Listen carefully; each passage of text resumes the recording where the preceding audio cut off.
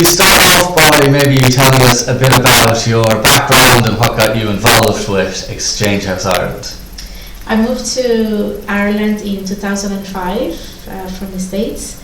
My husband is Irish, a classmate. I fell in love. So love is the reason I moved to Ireland.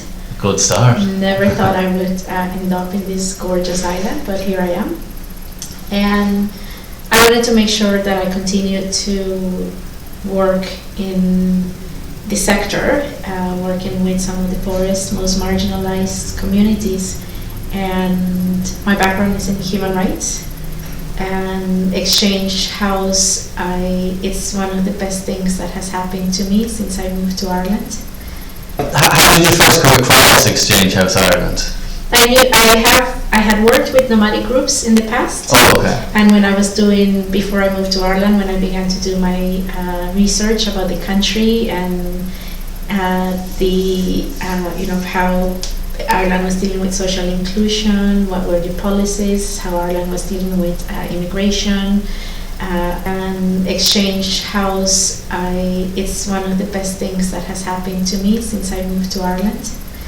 I fell in love with the organization. I fell in love with the community, with the traveler community, and I loved it here. So I got involved because, how could you not? A fantastic organization providing frontline services to some of the most marginalized members of the traveler community, making a real difference.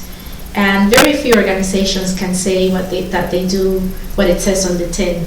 Exchange House does. What was the job that you initially took on? Was it as CEO? The job was as CEO of Exchange House from November 2006 to March 2014. This year is Exchange House Ireland's 40th anniversary. So what do you think about everything Exchange House Ireland has done so far, and what maybe do you think we could do over the next 40 years, hopefully? It would be fantastic if a need for an organization like Exchange House did not exist. But unfortunately, there is even a greater need to have a leading organization like Exchange House, multi-service, frontline service provider offering education and training, frontline services in relation to early years, in relation to social work, and the work that we do in relation to mental health and suicide prevention. And I should say the work that you do in relation to mental health and suicide prevention is second to none. It is something that I think Exchange House does very, very well. It's not just policy and advocacy, it's actually putting services that make a real difference in the lives of people when they need it. What I see for Exchange House in the next 40 years, as I said, it would be nice if Exchange House was not needed, but it is. But I think that the holistic, multidisciplinary support services that the organization provides to members of the traveler community is something that should be replicated around the country. In fact, it's a really, really good model where you have